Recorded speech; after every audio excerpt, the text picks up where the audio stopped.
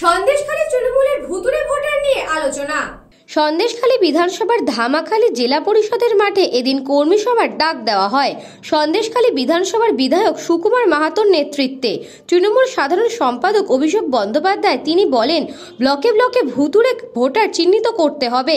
সন্দেশখালী বিধানসভার ধামাখালীতে জেলা পরিষদের মাঠে কর্মী সভা হয়। এদিন এই কর্মী সভাতে একাধিক অঞ্চলের অঞ্চল সভাপতি ও প্রধানের উপস্থিতি দেখা যায়নি। তাহলে কি ফের আবারও তৃণমূলের গোষ্ঠী কোন্দল? সন্দেশখালীতে তার পাশাপাশি সন্দেশখালী 1-2 ব্লকের অঞ্চল সভাপতির নামও ঘোষণা করে এই মঞ্চ থেকে সন্দেশখালী ব্লক 2 সভাপতি দিলীপ মল্লিক।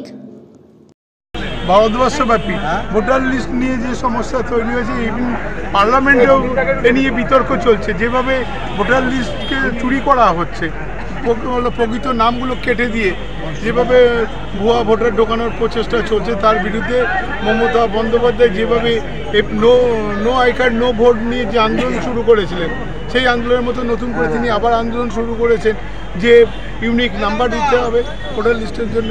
এবং সমস্ত জায়গাতে ভোটার লিস্টের মধ্যে যে নাম ঢোকানো হচ্ছে বিভিন্নভাবে, অন্য নাম একই এপিক নাম্বারে 3-4 করে ভোটার নাম্বার করা হচ্ছে, তার বিরুদ্ধে যে তিনি যে আন্দোলন শুরু করেছেন, সেই আন্দোলন যেমন পার্লামেন্টে চলছে, ঠিক তেমনিভাবে বাংলার প্রত্যেকটা অলিতে গলিতে সমস্ত জায়গাতে চলছে।